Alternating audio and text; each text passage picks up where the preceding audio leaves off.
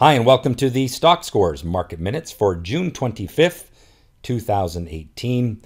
This week's topic, trade with the trend. It is one of the oldest cliches in trading, but trading with the trend of the market or the sector will improve performance. You are more likely to succeed, but also the average profit per trade should be higher. Now, it's important to match your anticipated hold period to the trend period you analyze. In other words, if you're day trading off of a 2-minute chart, you shouldn't be analyzing the trend on a 3-year weekly chart. And by the same token, if you are looking for a longer term trade, the trend of the day on a 5 or 15-minute chart really isn't relevant.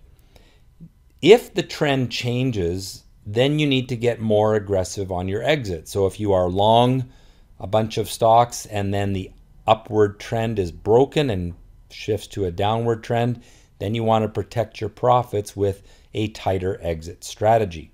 You also want to be cautious with emotional trends. When price runs away from the trend line, you have emotion, and that usually comes shortly before a reversal.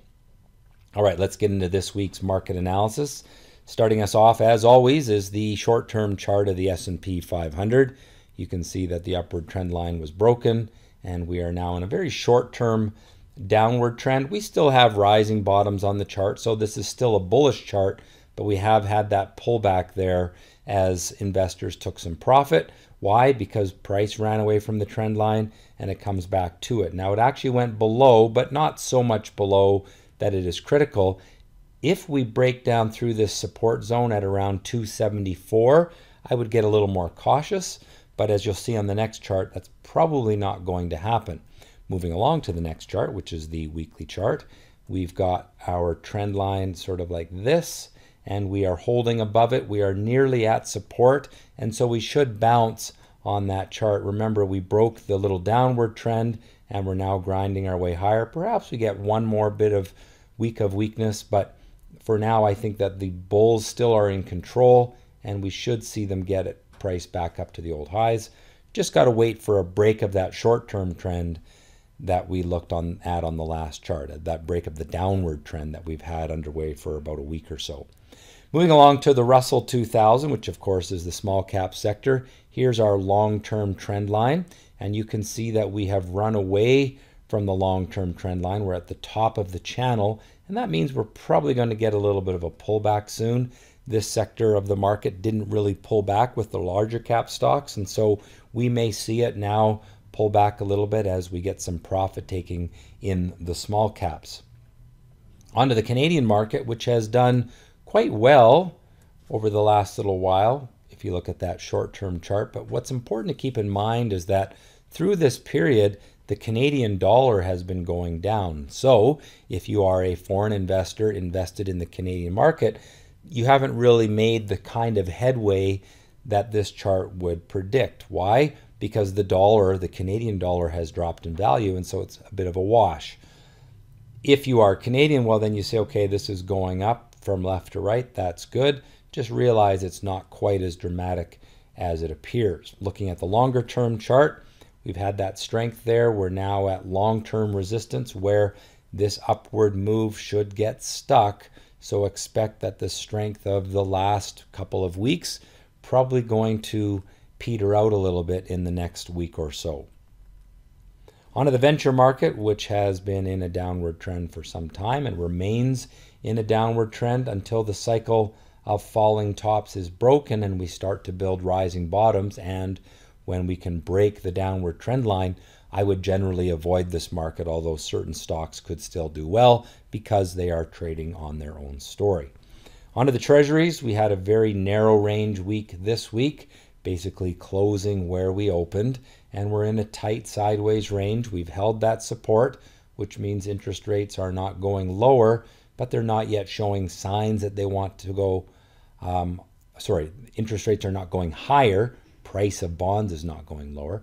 If it breaks down below this, that means interest rates are going higher. But we're also not seeing signs that interest rates are going to go lower, which would basically mean that we'd get a breakout through that resistance zone. So we've got kind of a quiet market for interest rate stability Keep in mind, though, that the long-term trend is still down, which means the long-term trend in interest rates is higher, and it will get higher if we can break down through that support zone in the bond market.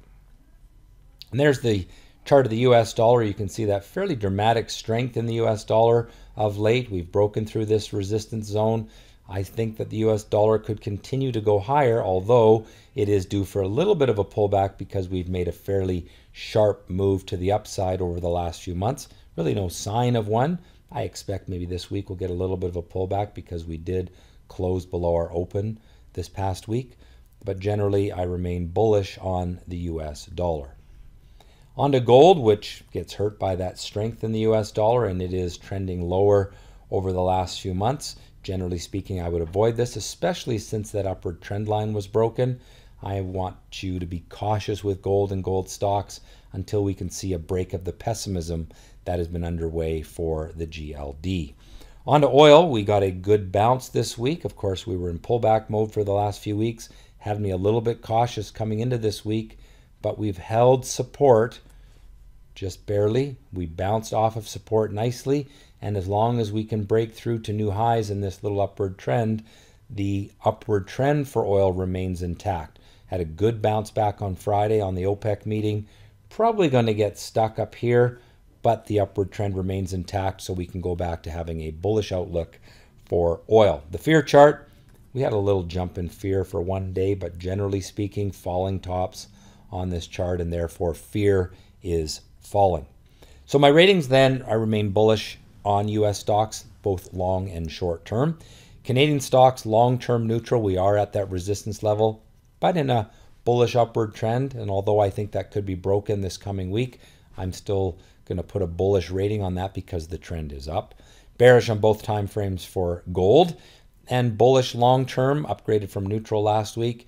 And my short-term rating for oil, neutral. We just got the bounce at the end of the week, so let's see if a short-term upward trend can build again. U.S. stocks should reverse their short-term pullback that they've been in for the last week or two, and I expect that should come this week and maintain that long-term upward trend. Canadian stocks have shown strength, but keep in mind that the Canadian dollar has been falling, and so it kind of negates the effect of that strength in Canadian stocks. Expect the market to stall at resistance for Canada as it is coming into that. Oil has broken its pullback this past week, while gold continues to fight against that strong US dollar, and of course fear is coming down. Looking at the trade of the week, I felt like Friday was going to be a better day for short selling because the market gapped up but quickly moved down and below its open, and so I favored the short side of the market for Friday. Here is one of the short sell trades that my strategy found. This is NVDA, and you can see there a little gray dot that's very similar to the pink dot that I show when I show buying opportunities. It is my worm strategy, but on the short side, and in this case, shorting NVIDIA from the opening 2-minute bar, and it moved steadily lower through the day, giving a little better than a 3RR profit by the end of the day. Well, that has been the Stock Scores Market Minutes for June 25th, 2018. Hope that you found it useful. If so, click on the like button, subscribe to the channel, and most importantly, trade well.